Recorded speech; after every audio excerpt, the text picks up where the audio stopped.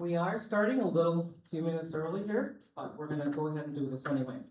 So for those of you who don't know me, I am Kathy Gins. I'll be the moderator here for you tonight. Um, and I just wanna remind everybody to please silence your phones at this time, so we don't have any interruptions. Okay, so, a few things here. I wanna start by welcoming everybody to be here tonight. And thank you for coming. I think this is a really neat opportunity for people to, get informed and come out, meet some of your school board members and your prospective candidates, ask questions and, get informed to make a better choice when you get to that voting poll. So, we will begin with the Pledge of Allegiance, so if everyone would stand.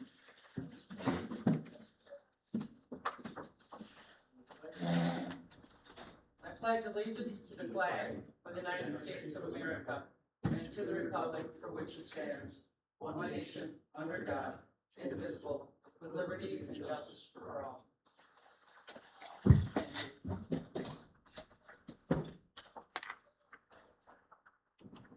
Okay, I will read.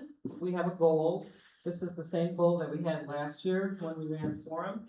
And read that, and I'm going to read the rules. They're just very simple for tonight. We, number one, candidates will have 3 minutes to remark on their opening introduction. And then the Q&A time for tonight, they will have 1.5 minutes to answer.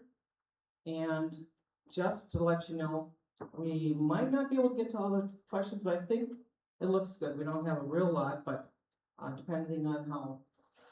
So, and candidates' closing comments will be 3 minutes.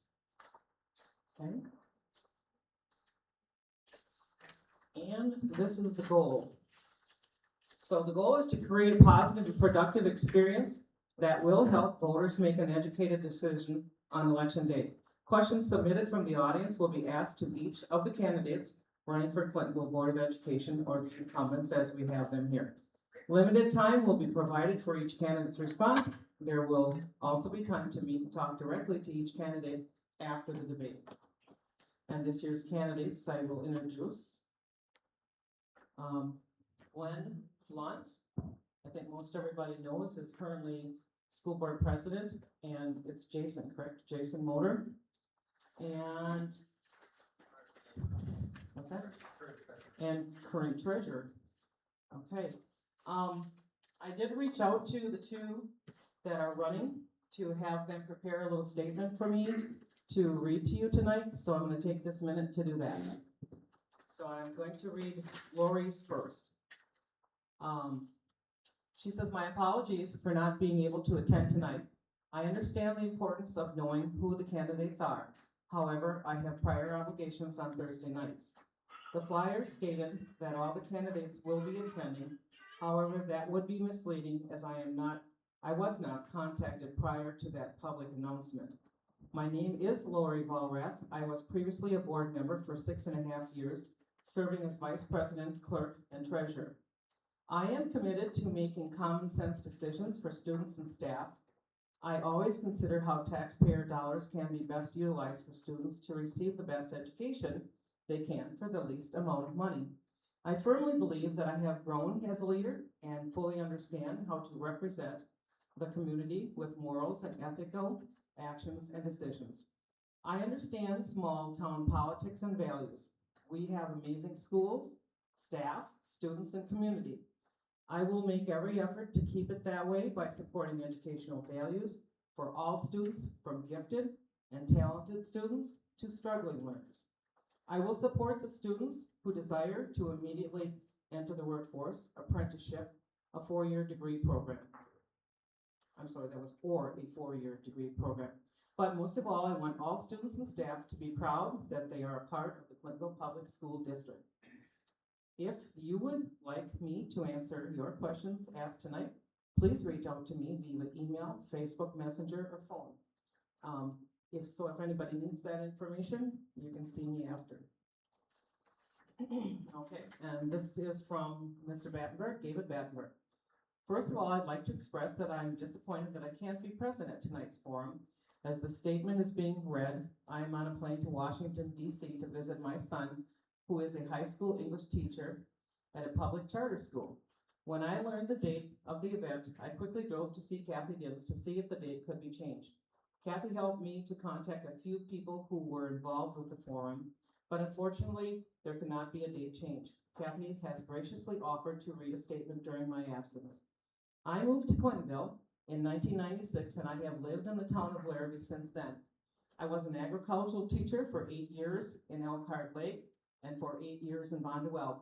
I was also a school administrator for 20 years at the Clintonville and Tigerton schools.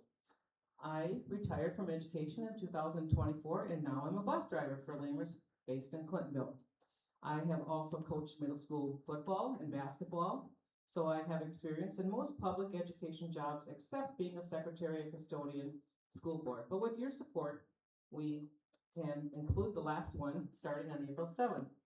I like this optimism there. Anyway, I anticipate questions regarding the upcoming referendum at tonight's forum. Over the past year, I have attended the majority of the Clintonville School Board meetings.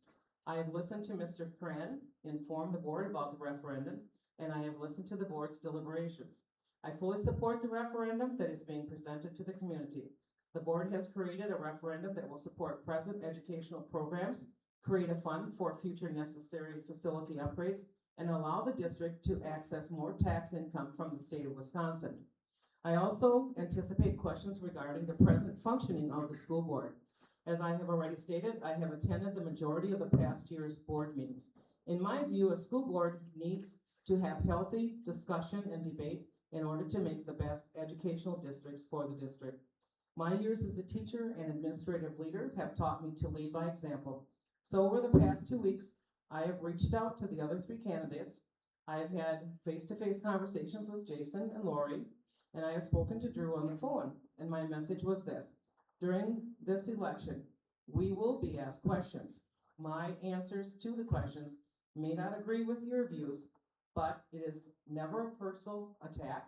I also assured each of them that I would not take any of their answers personally. If elected to the school board, I will serve with that same belief. We'll let you guys make your introductions. All right. Officially, my name is usually Glenn Drew Lunt on anything out there. Some people might know me as Glenn Lunt. Other people know me as Drew Lunt. Should be easier than it is, but my dad has the same name, and it's a lifelong struggle, I guess. So whether you call me Glenn or Drew is really up to you. So that's a long introduction on just my name. I've been on the school board for several years now, 4 exactly. I took over for Jim Schultz, and this is the 3rd year in my first full term. In that time, there's been a lot of hard questions, a lot of hard discussions. It has not been easy, but anybody that's been paying attention, I hope they feel like we are asking the hard questions, and Rome wasn't built overnight. It takes time. We're moving the right direction. There's always going to be some pushback, and that's not a bad thing. We need that because we don't want to go too fast in a direction. But on the same token, I'm a big financial person. If the money is not there, the best idea is not going to happen. So having Jason Motor as our treasurer has been phenomenal. When I say I'm a financial person, I like to make sure the numbers are correct, but I don't have the expertise like some of the other board members do. So I appreciate that. And I think that's what makes a really good board, is having different people with different skills. As long as you understand, hey, this person might be a little bit better than me, and that's okay. This person might disagree with me, and that's okay, as long as at the end of the day, at the end of the meeting, at the end of the year, whatever your mark in the sand is, you look back and say, are we doing better now than we were before? And if you say no, well, then you might want to look at that. Why isn't it going better? What do you still have to do? I'll be the first one to say I make mistakes pretty much every day. Between my wife and kids pointing them out, owning my own business, Obviously, on the school board, it happens. I would also like to say I'm probably the first one that's gonna say, you know what, I'm sorry. And that seems to be a very rare thing these days. If you look at people that are doing what they're doing, even if you show them, hey, this doesn't make sense, the words "I'm sorry" to me make a big difference. And so any any mistake I've made, I sure hope is not intentional. I know it's not intentional on my part, and I try to learn from it and do better. I'm getting the signal that I'm out of time, so I will end there.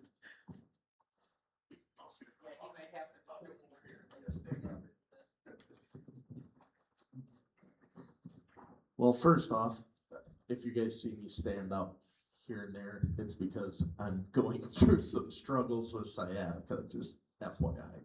But anyway, introduce myself a little. I'm Jason Motor for you that don't know me. I'm a farm kid from Bear Creek, fifth generation owner farm in Bear Creek. The biggest reason I would say that I got on the school board is years ago and through COVID, and we all knew what a struggle that was for everybody.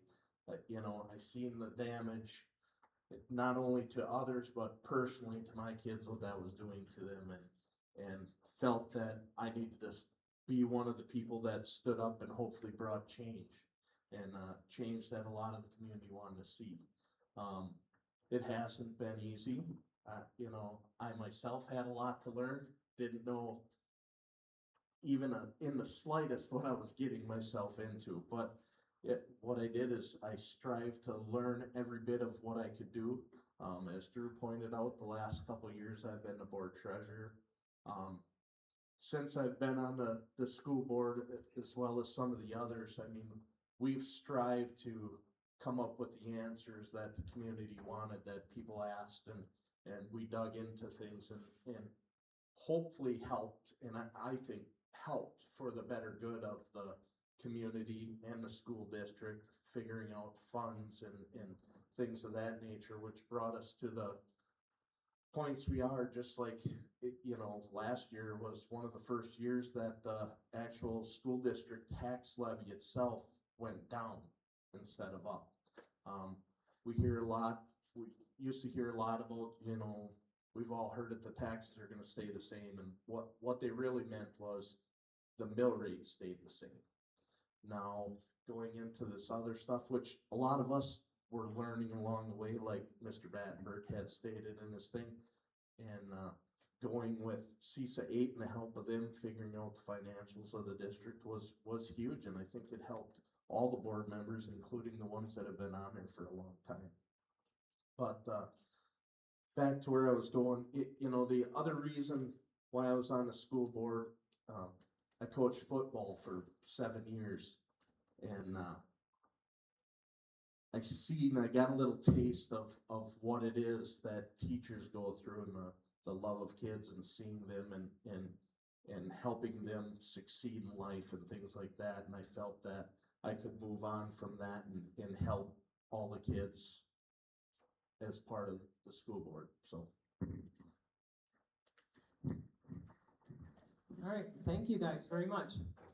All right, we will proceed then to questions. Let's start with this big one first, just because it's a little easier to get that out of my hand with the cards that I'll be reading. So I will be reading the questions as they're written, and so bear with that, okay? So this one reads, the Delwood daycare was voted by you, the Board of Education, and projected to break even or close to break even. Now we spend hundreds of thousands of dollars in taxes. Was this an inept board, inept administration, or a corrupt way to funnel money to family members of either? Who wants to start? And remembering now these, you have 1.5 minutes to answer them. All right, I'll try to go through this as quick as I can. Number one, the Dalewood daycare started in 2020, which was before myself, and before, I would say 4 of the board members that are currently on the board. We dug into a lot of that as we got into it, and like I said, with the help of others and digging into the numbers that people wanted to know, that's when the true discovery of where the financials were in certain situations such as Delwood. You know, anybody that has been watching or paying attention to things see that, you know, we need daycares in the community. We all know that. That's not a secret, and, you know, we need it to stay there. However, it is very big that we find out a way to make that financially stable and be in that zero as was initially told to the public. And there's gonna be hard decisions that have to be made coming up. So you know, and when making them decisions, it's not out of light. And I can't speak to the other part of the question, if somebody was doing it for a benefit or not, because I wasn't there at the time. I know there is family members from previous board members that are at the daycare, but whether that was part of their decision making, I can't tell you because I'm not them. A lot of what Jason said, I could reiterate in my own words. I'll take a little different stance. When you're not on the board and then you become on the board, you inherit some of those goods and bads. I don't know where I'd put the daycare itself. It's a needed thing. It's definitely needed in the public.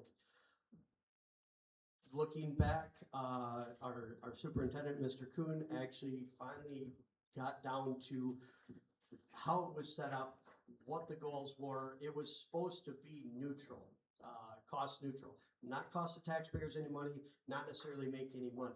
I think if that was true today, it would not be a question. I don't think anybody wants to shut the daycare down or anything to that degree, but how can we keep expecting taxpayers to pay hundreds of thousands of dollars for that? Like Jason said, I don't know the actual reason why it was ever started, but we inherited it. And so to be responsible, we got to look at all of our options and go from there. All right, thank you.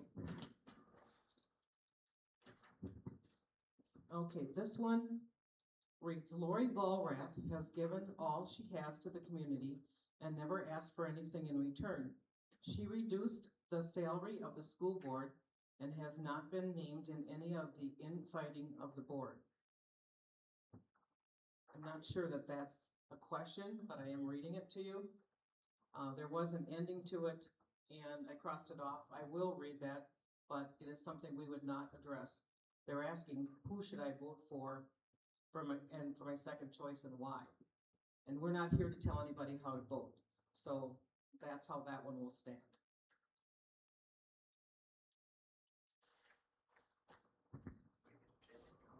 Do you want to? If you want to. Sure. Okay, have at it. In Lori's own words, she was on the board for 6.5 years. There were times that she voted to increase wages at the daycare, wages for the board members, and so on. Once she was off the board, she started voting against those same things. So who to vote for? I guess you need to pay attention.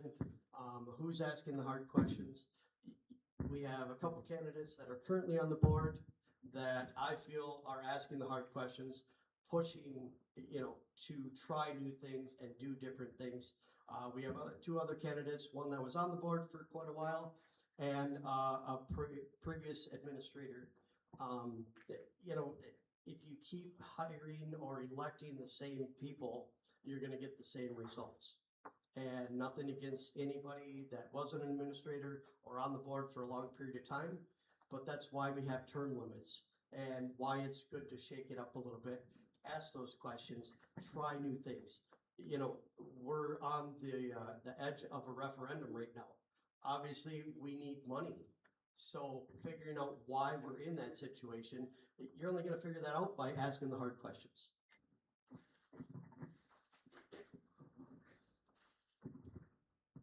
I guess I'll just make a simple statement as far as this goes. I'll put it really short, Blink. Number one, there's never any doubt, or should not be any doubt, where I stand personally on any of the issues. Anybody can ask me anytime, I'm a very straight shooter. As far as, being in the limelight of the public, there's others that do a lot of things for this community that are not the ones that jump in the spotlight. And just remember, there's a lot of things that happen that people don't want or need the recognition for when they do things positive. So that's all. Okay, next question, kind of as a takeoff of what you mentioned, the word term limits. This person asked, how do you feel about term limits? Should there be a change to set limits, as it seems that some members have been on the board for too long? Well, I don't know how many years ago I was talking to some of my friends and we got talking about term limits, and oddly enough, some of them were like, hey, the qualified people, if they keep getting voted on, why not keep them on there? Some of my other friends are like, yeah, but it doesn't work that way. After a certain point, everybody becomes ineffective. So I got thinking about that, and I guess my answer, and I honestly think this would solve everybody's issue with term limits, people being on boards too long and so on. Depending on the term, so let's take the school board. We have a 3-year term.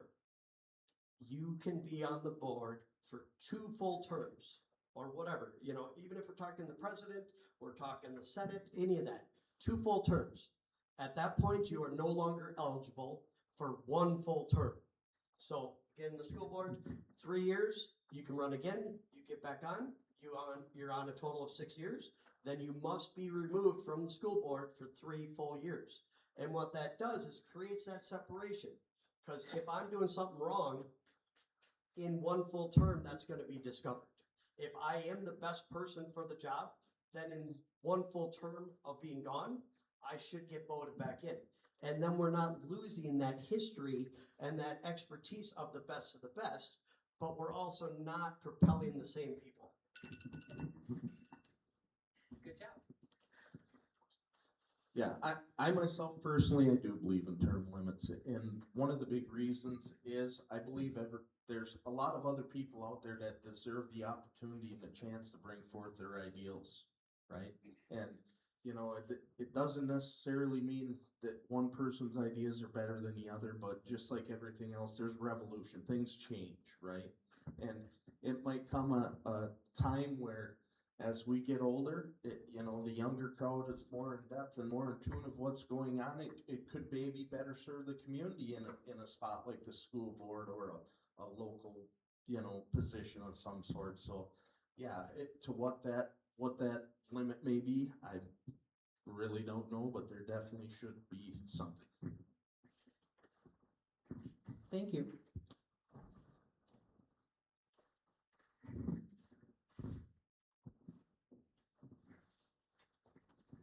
Next question.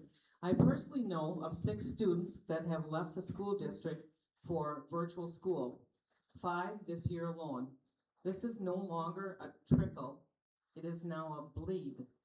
How do you propose to retain students and attract those back that left?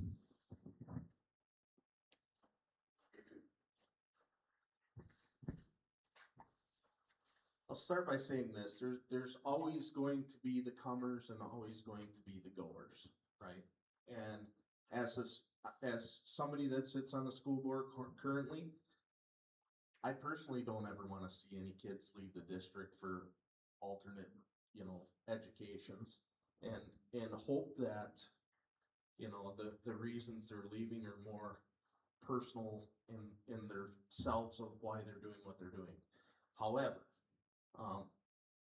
you know, we're striving currently to be better in what we do in accountability, and we have taken changes and asked the hard questions to our administrators and things like that, and pushed and asked the hard questions to them. If any of you watch the meetings of, what are we doing about these things? Test scores, here are not as good as what they were, or ever, you look at the elementary and things like that, when the hard questions were asked, that keeps climbing.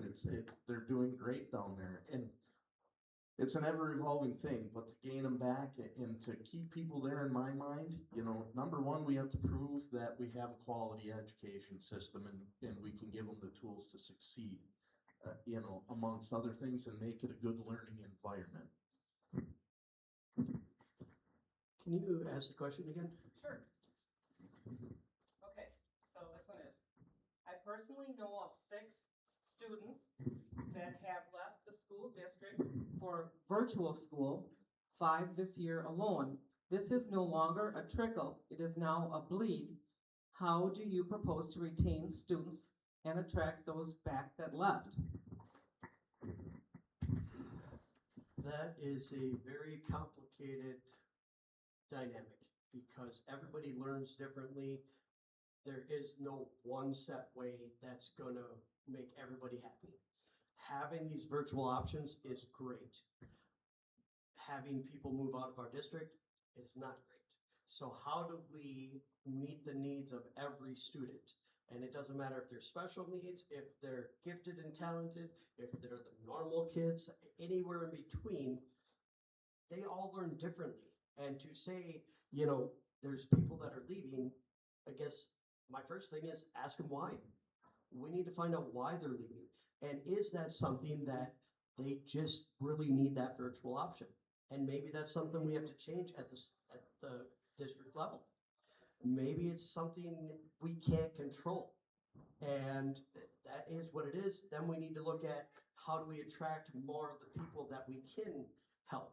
I don't think we're ever going to solve it.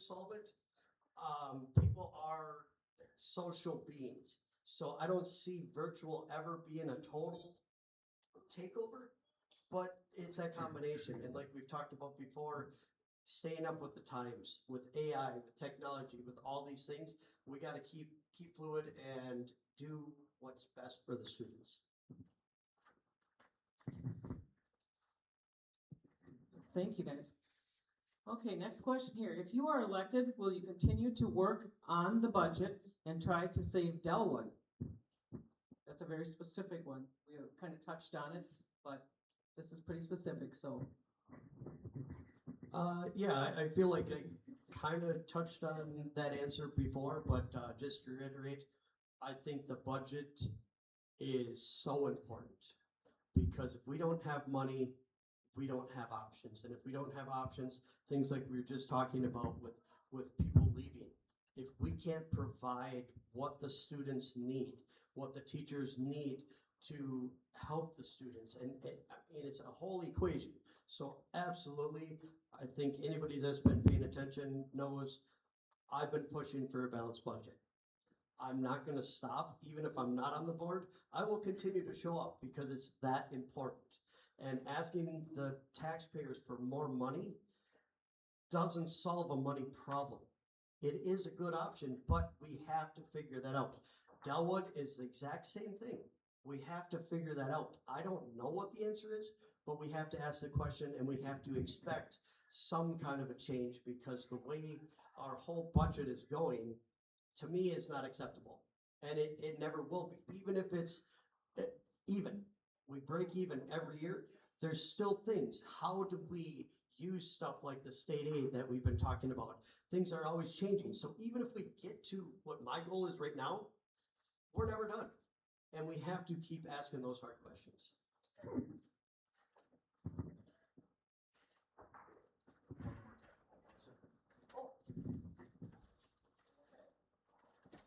One more time.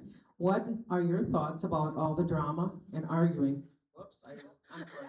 I flipped it over. That was a card with 2. Sorry, guys. If you are elected, will you continue to work on the budget to try to save Delwood? Yeah, I mean, like Drew said, anybody that pays attention, and like I said, I've been the treasurer for the last couple of years on the board, and I probably take that job a little more serious than honestly anybody probably ever has on the school board. And I really dig and look at things, and you know, always keep the taxpayers in mind while making sure that we're able to give our educators the tools that they need to succeed, to make our children succeed and have a great education. As far as Delwood goes, you know, I always say this to everybody, including my day-to-day job. You know, when people say there's something that can't be done, where there's a will, there's a way, right? So do I believe that Delwood's gonna close? I don't. Do I believe that it can be made net zero like was said? Absolutely 100%. You know, there's so many different things and avenues to take to make that happen. You know, to sit here and nail some down, and you really can't do that until you know, get down to the nuts and the bolts and look at the needs and the wants. You know, it's always about the needs and the wants. So, yeah. Thank you. Okay, as the gentlemen were answering those questions again, I looked through the questions here, and there's 3 here that I'm gonna try to group together for you guys in the event that we hopefully can get all of the questions addressed. So this one, this will be kind of tough, and I'm gonna, if you need to look at the cards while you're answering and thinking about what you're gonna say, you certainly may hold them. All right, so here it goes. This one says, and again, I'm reading them as they read, I have never witnessed as much drama as the school board the last few years. Is there a reason why, in your viewpoint? This one says, if you're elected, what can you do to bring harmony to the school board that is obviously lacking at the moment? And this one as well, what are your thoughts about the drama in anything? Do you feel it needs to stop? And do you guys feel I'm correct in grouping this for you? Unless you want to take them separate. It's all kind of, yeah, it's the same general idea. So, okay. You wanna see it, Jason? I think I'm good. I'll wing it. Okay. Otherwise, yeah, I can just, I'll set those right there. Anybody that pays attention, yeah, there has been drama, but I'm gonna put it to you at this way. You know, when there's a bunch of passionate people in the same room together that don't always agree on everything, there's going to be things or arguments or heated conversations that come about. Now it's always the goal to strive as an adult to come to a compromise and a solution to the end goal, right? Um, but the thing is, I don't think the not agreeing all the time thing is a bad thing. I actually think that's a very good thing. And in the past, I don't think people seen it because I honestly, I refer to it as the yes board. You know, for years and years and years and years, nobody heard nothing about the school board and things just went on normal business. Nobody heard anything about it because honestly it was yes, yes, yes, and everybody always agreed. That's not a healthy situation either for anything. Now, do I wish some of the behind the door drama would stop? Absolutely. I do. And, you know, it comes from the community as well as people sitting on the board. So.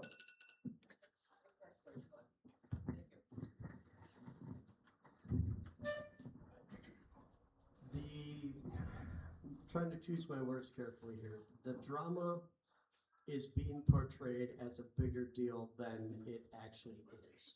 Is probably the best way to summarize it. There's a few people that like the drama, want to keep propelling it.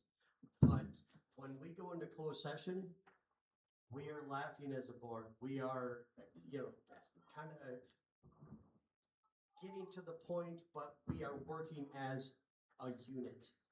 And I don't think most people see that.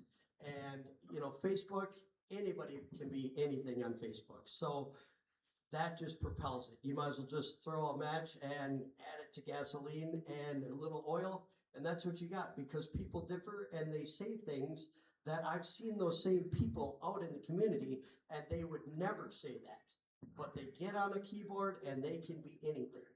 There's articles in the paper that propel it. They're trying to sell the paper. the drama isn't as bad as it's being portrayed. Is there drama? Yes. As Jason alluded to, we've been asking the hard questions. We've been making changes. There's always going to be people that disagree. As long as you do it constructively, that's a really good thing. And I think we're on the right track. It's just some of the people have been doing the same thing for so long, they don't want to change. They don't like change, they don't understand it, and eventually it'll come back around. Thank you. All right, I like this question because I'm always curious about this one myself. So this one reads, what is your plan for artificial intelligence in education in the Clintonville School District? We've actually had this discussion in closed session, in open session, a few different times, and honestly, it's an ever-changing thing. Whether you like it, whether you hate it, whether you know anything about it, know everything about it, it's not going anywhere.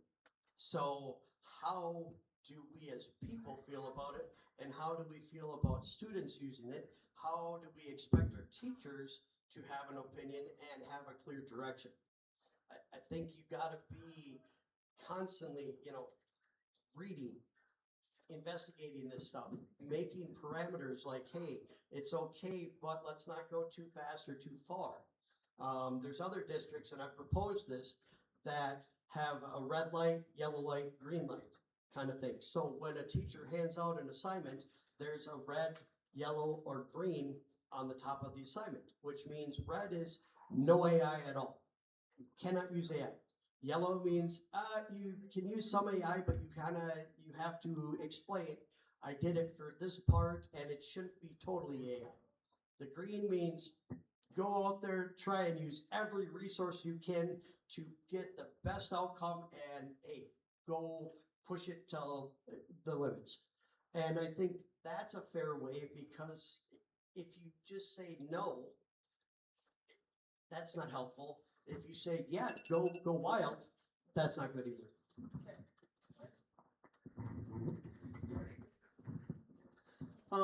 Like Drew said, we've talked about AI many times, and kind of like right now, the administrators are down doing some trainings currently, and some of the things Troy goes through and other superintendents he talks to, and things like that. It's always a discussion during the meetings and things like that. Now, the inevitable is AI is coming. It's going to be in the schools. People are going to be using it more and more as time goes on. It's a matter of taking the time, learning the positives and the negatives about it, and applying it to what we're doing, or what our education system and how it's using it, I guess is the best way I'd put it. It's going to be a learning curve. It's something that it's fairly new, but it's there and it's coming. So the constant training and research and things like that are going to be the key factors. Thank you. All right. Okay, next question. Do you feel that the media has more rights than a disabled person?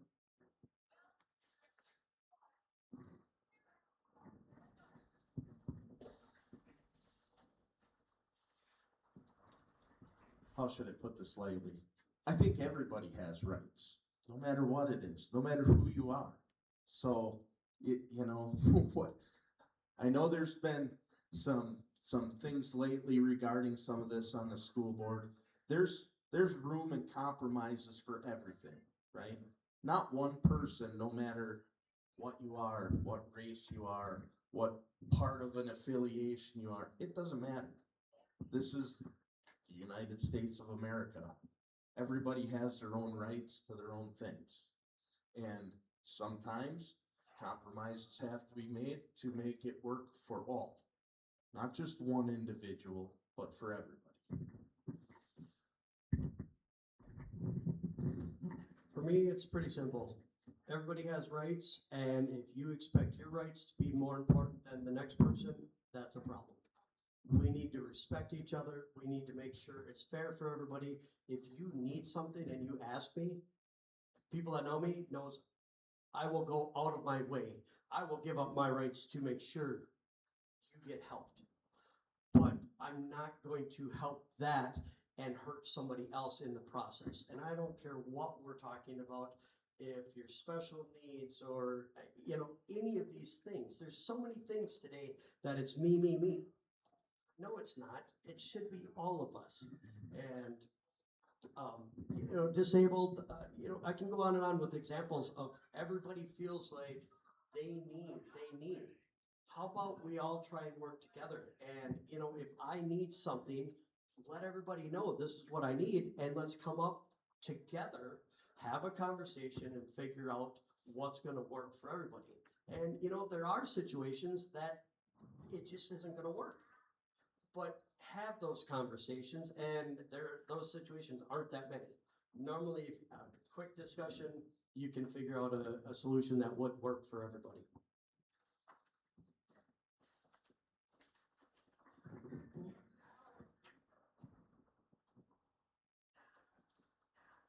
I want to ask it again, because I think you both rolled it a little bit, because it is specific in asking the media. Do you think the media has more rights than a disabled person? If I can, do you think that's correct, audience? The question reads, do you feel the media has more rights than a disabled person? Or what they said covers that? Jeannie, go ahead. I personally think that what they said covers that. Okay. Because they were speaking about the fact that everyone has rights, but Right. that includes the media. I don't think Okay. that should be necessarily an exclusive Okay. question. And that's my good. opinion. I'm glad you would say that, because I just want to make sure that this person doesn't feel like, because they didn't bring up the word media, that it wasn't spoken. Allow me to actually, I don't know if everybody could hear what you say, but absolutely, that was my point. It doesn't matter if you're a media or any situation, if you expect that your rights are better than somebody else's, I have a problem with that. And I'm not saying you shouldn't have rights, it's, we all have to work together. And if you have that mentality, it's me, me, me, what are we building? And that, and so I guess I didn't address the media specifically, but to me, it doesn't matter who or what, it's the big picture that you have to look at. So as I said, I just wanted to bring that up because, yep. Okay. All right, good. Thank you. Thank you very much. All right. Whoops. Wrong file. Okay, next question. Again, I'm reading it as it's written. Will continue to support the no cell phone use during class time. I think they meant to say, will you?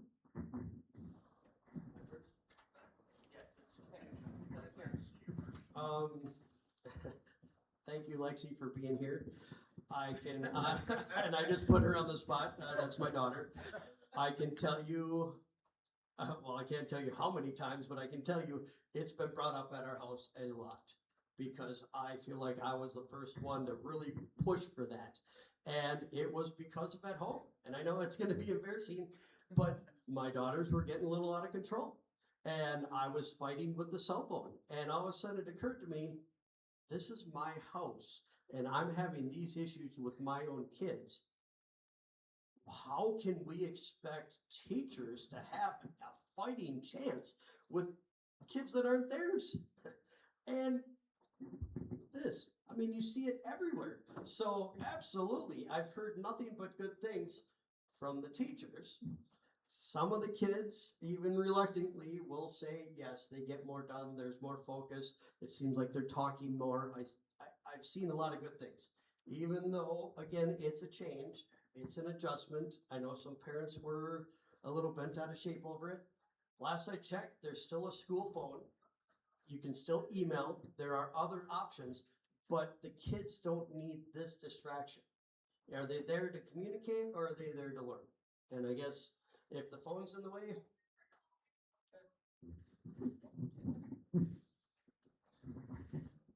Yeah, I'll kind of add on that a little bit. There was some talk about when when we actually did put the implementation in place. And honestly, we were one of the first districts in the area to do so. And we took a leap, and part of that leap was because we felt that, you know, from the test scores and the things that were happening, that the kids need to concentrate on learning more. And there was things about, you know, while the teachers can watch them, the teacher shouldn't have to worry about watching a kid whether they have their cell phone or not. You know, they need to concentrate on teaching our children what they need to be learning, right? They need to be self-disciplined. And honestly, I think we just gave the tools to the kids to be successful in self-discipline by leaving their phones in their lockers. So, will I continue with this and keep striving to hold that policy in place? Absolutely, 100%. Okay, this card has several questions on it. We'll try to get through these. I think we can probably group a little bit of it together, so I'll start reading. Because at the end of this, then, for the summation for these guys, they will each have 3 minutes. So at 6 minutes two, we will stop the question, the Q&A time. So let's see if we can do this one. I love these questions. So what are the financial advantages to the district if the referendum passes? What are the options to balance the budget if the referendum does not pass? And then on the front, it also adds in there about what line items are options to cut. So I don't know, you can kind of, if you can run that together, and then we'll hit the backside of this. I'll do my best in a minute and a half, probably not enough time for it, but should we go through? You good with that? What? Yeah. You want to give a 3 on this? If they want. Okay, I have no problem. It's a big That's, question. it is a big It's a question. lot. Very Yeah, So- it's a lot. Like I said, we've learned a lot over the last few years, at least I have, the last 3 years of being on the board. You know, some of the avenues and things that we've taken to better the financial situation that we finally figured out from asking the hard questions is things that we needed to do to prepare ourselves when this time came. So, you know, leading up to this and into this year, this is the first time that our balance has been above the board policy in, shoot, I can't even remember how many years, a long time, right? And we did that by working hard and creating the best budgets we could. And, you know, we took, that year one, we took a $1.2 million proposed deficit, and I think, you can't quote me on exact numbers, but let's say we made it into a $600,000 surplus. And the next year we, you know, got the budget balanced, and we turned that into a $200,000 or $300,000 surplus and got those numbers back where they wanted to be. But see, where this referendum comes into play is that, for those of you that don't know, the state of Wisconsin sets a limit on what can go into Fund 10. Fund 10 is essentially the fund that is the education fund. It pays for the curriculum, it pays for the educators, all that stuff. So that's the fund they cap. So without the blessing of the taxpayers, that revenue cap can't be exceeded.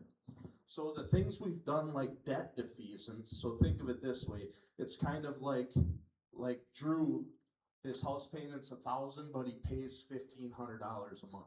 So we took and did debt defeasance to pay down the overall debt, in turn saving the taxpayers in the life of the loan approximately, I think, $4 million-ish to date.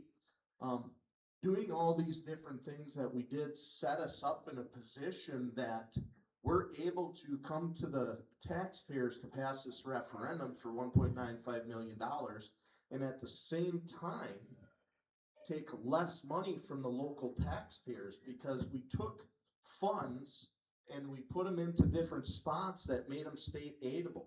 When we made them state aidable, that put us in a place where, think of it, we got, not only are we getting some more of our tax money back we pay into the state, but other places in the state are helping us too. And that tax aid is going up, so that's how we're able to do a lot of that. And also better the financial situation in the educational part of the Clintonville School District. Well, I'll see if I can follow that. Pick up where I'll take a little different stance on it. I've never really been a referendum fan in general, just my own opinion. Being on the board, I have changed my mind on that to some level.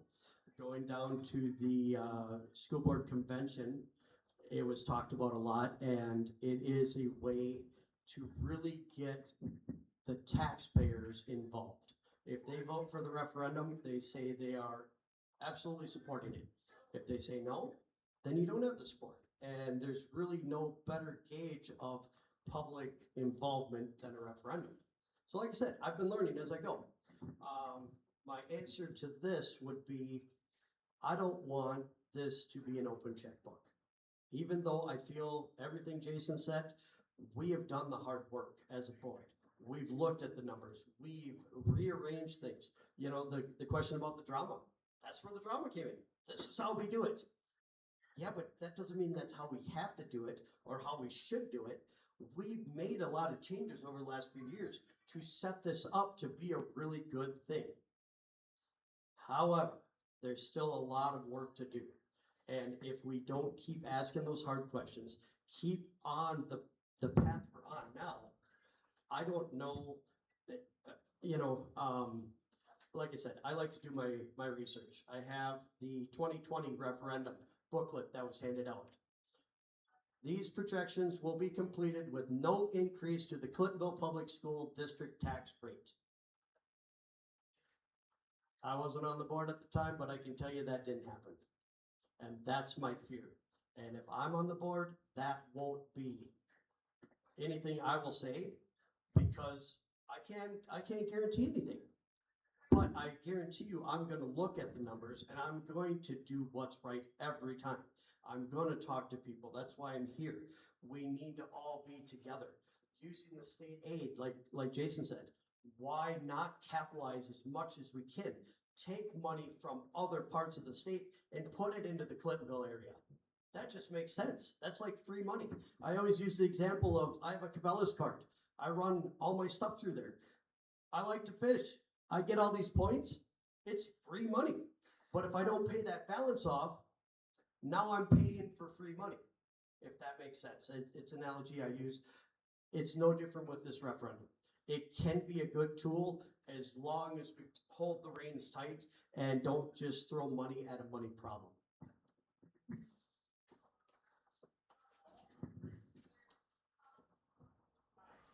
Okay, I'm not sure who wrote this one and asked, but then, I don't think I heard it.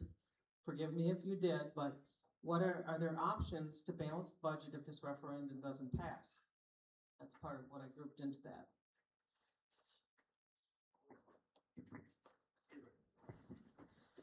Yeah, there is options, and I think we did a fairly decent job of some of the things we put out there of what them options will be. You know, there's programs that we're going to have to cut. There's a possibility we're gonna have to possibly cut educators and make class sizes bigger. You know, and I can honestly say, me for one, I don't wanna do that. But at the end of the day, if the money's not there, the money's not there. And if we don't have the money to pay people, we can't do it, right? There's gonna be big decisions. Of course, you know, we're gonna keep our best foot forward in the mind that, you know, what's gonna best serve our children in their education. You know, and we start looking at there, you know, we might not have these, you know, clubs that kids are participating in. It might be, you know, some low number sports that might end up being cut, you know, things like that. There's many options of things, and it's not gonna be one or two things. It'll be a multitude of things that have to be cut to balance the budget, but it can be done. There's the options out there. we know avenues that we can take, but it'll be decision time, you know, so. There's always options, and I don't like to say we have to pass this or else. That ultimatum is unacceptable in my opinion. We as a board need to figure these things out. Waiting till the last minute and now we have no choice. We always have choices. Are they good choices? Are they choices that everybody's gonna be happy with? No, but we've also allowed the budget to get out of control and spend money in other areas. So looking at that, let's bring it back. As I said before, I think the referendum could be a really good thing. But it's just like when you're golfing. You don't use every club, every hole. There's a time and a place. You know, when you're on the green, you use the putter. The same thing with this. Is this the right time for the referendum? I would say we've done the work, yes, but you don't just go into it and then that's it. That's the start of it. That's the tee off. There's so much work that still has to be done if it passes. If it doesn't, there's gonna have to be, as Jason pointed out, big decisions. Will we survive? Absolutely. But is it going to be some mandatory things? Yeah, and I hope we don't have to do that, but it comes with responsibility, and that's what we'll have to do.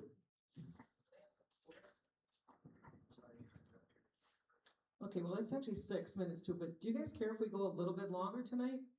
Is that okay with you? Because there's actually 2 more questions on the back here that I really would like to hear the guys address. The first one is, can we develop relationships with local businesses to train future workers?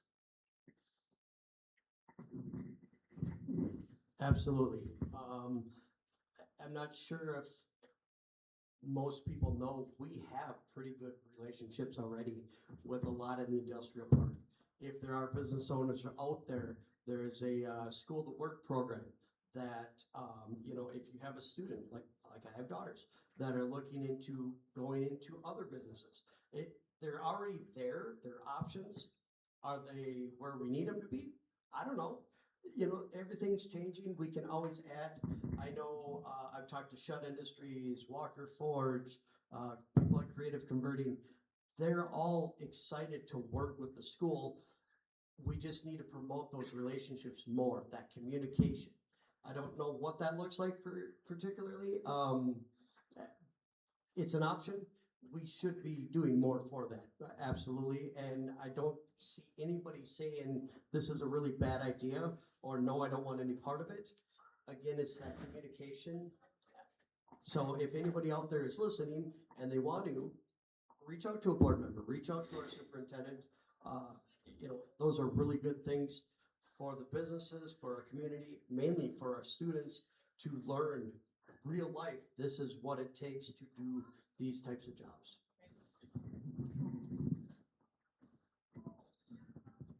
Actually, I'll take it a step further. I mean, I believe Clintonville School District has been doing an exceptional job working with the youth apprenticeships. Troy, the superintendent, he's part of all them boards and consortiums in Wapaka County and things like that, constantly working toward going better. And we see that continue to grow, right? And the reality of it is, and I was one of them kids, the 4-year college thing wasn't going to be my cup of tea. Does that mean my education stopped? No, I just took a different avenue, and I took on a 4-year apprenticeship and got in a trade and did a trade and moved up from there, and here I am sitting today, right? So I think it's especially important that we have avenues and opportunities for all the students, not just the ones that are going to pursue higher education in a 4-year college or a 2-year college, but also have those opportunities, the kids that want to go into workforce and want to test out the trades and things like that. We have the avenues for them to take that as well. So. Okay, and this one, I didn't want to group anyone with the first, but this one's a little bit back to the finance. So this question says, Are there opportunities to partner with other area school districts to share expenses? That's a great question. Yeah. Actually, the great thing is we just talked more about this Monday. Um, there's things within the Wisconsin law that prohibit school districts from essentially sharing teachers and doing things like that. They can't really do that. However, Troy has been working hard talking to different things like Fox Valley Tech and College of Menominee and NWTC and things like that. And we're trying to find avenues and things because it's no secret. There's a shortage in teachers in different subject matters and things like that. And to try to get ahead of this game and things like that, the research has to be done and we have to figure out our own ways to get ahead of that game. And honestly, I feel that, you know, number one, the board and our superintendent are doing a good job of trying to do that currently, and it's an ever going thing here, so. Can you repeat the question? Sure.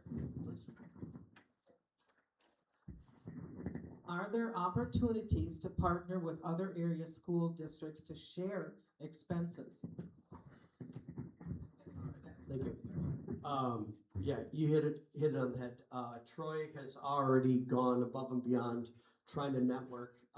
Unfortunately, the laws do prohibit some of what would seem like a really easy answer. You know, I'm a science teacher. Why not just broadcast my class to all these other classes? Well, at a high school, middle school level, and so on, you can't do that. So Troy has done a great job trying to find other avenues. If we can get this going, it's gonna do two things. Finding qualified teachers is really hard right now. Trying to compete to get qualified teachers with the Appletons and Green Bays and so on, just money-wise. You know, we talk about the referendum, trying to be fiscally responsible. It's hard to get the right teacher. And if you do get the right teacher, you're kind of being selfish to keep them at your own district. So having those connections, what it'll also do is, we have a great teacher in Clintonville. Well, maybe there's a great teacher up in Antigo or over in Eau Claire or wherever. You can offer more classes for really no additional cost by sharing those great teachers. So it really is a win-win. I don't know how soon this can happen, how, you know, much Troy can push and find a suitable option. I feel like he's doing all he can. And the board, to my knowledge, everybody is 100% behind it because it really is a win-win. All right, great. All right, we're at the end of our Q&A for now. Great questions, you guys. And I have to say that we should give these guys a hand. I think they did a really good job talking and explaining things, so let's do that.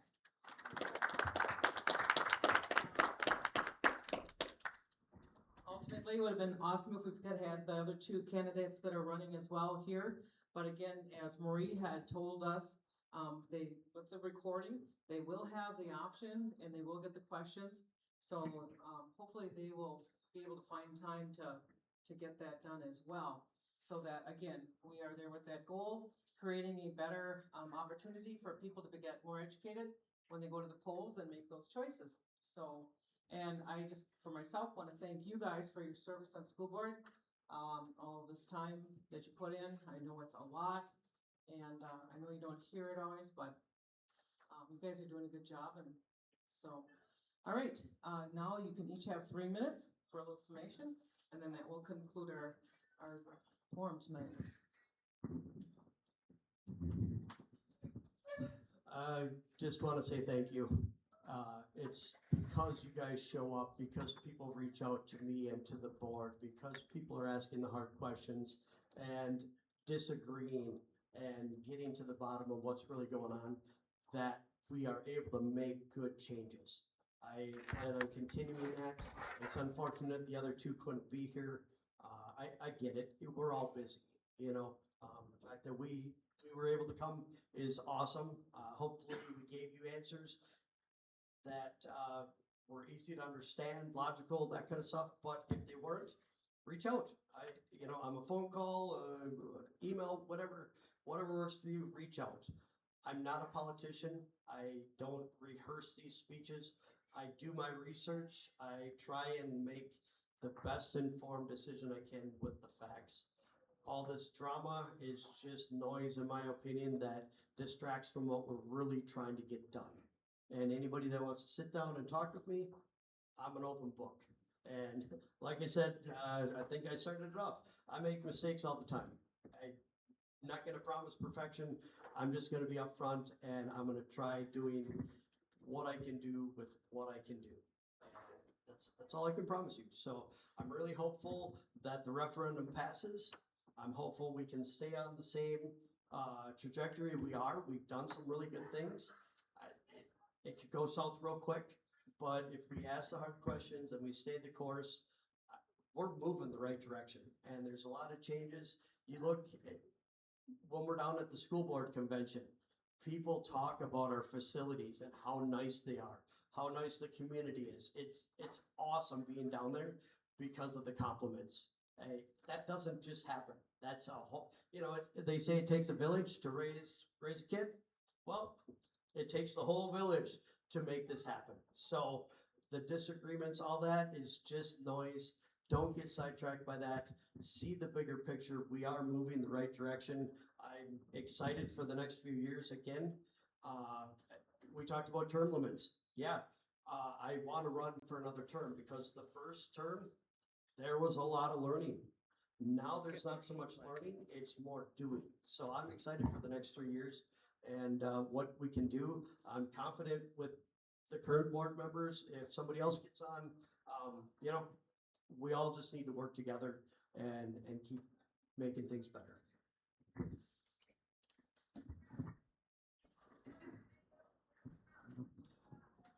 Yeah, I guess I'll end with this.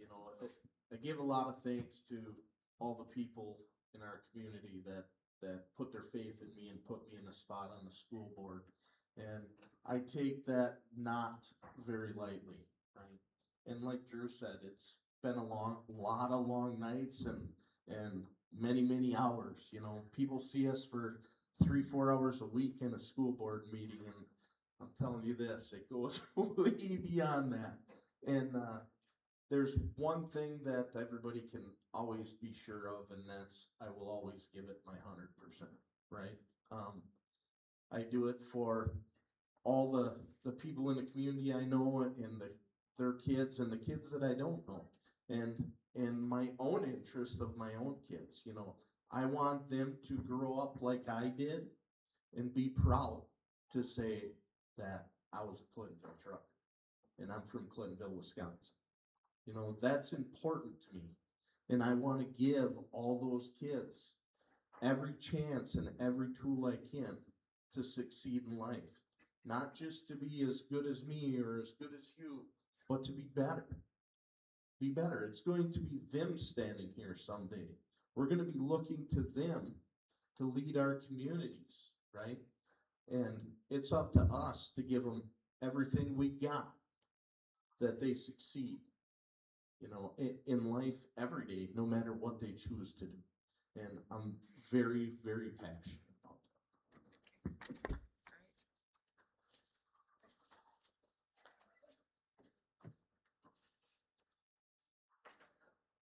that. Again, thank you everybody for coming. And as I said, I hope this has helped a lot of you with any questions, obviously getting an answer tonight. And again, we thank you guys. And we look forward to hearing from Lori and Dave. And so we will conclude tonight. And I thank you for asking me to be your moderator again and for myself. And yeah, very well. So Thank you, Kathy. you're welcome. If we're listen to this on YouTube, where do we search for that, or, I mean? You would need to talk to Marie. She's our expert on that. So when, So what would as we're done here. Clintonville School Board Forum? Nope. So it's gonna be Rural New Families is my YouTube channel. It's actually where I put all of the school board meetings that I record, because I actually record all of the school board meetings too. Rural families. Rural new families, RURALNEW families. Otherwise, if you're on Facebook, I put it there too. Okay, thanks. Yep. Okay, very good. All right, again, thanks for coming, everybody.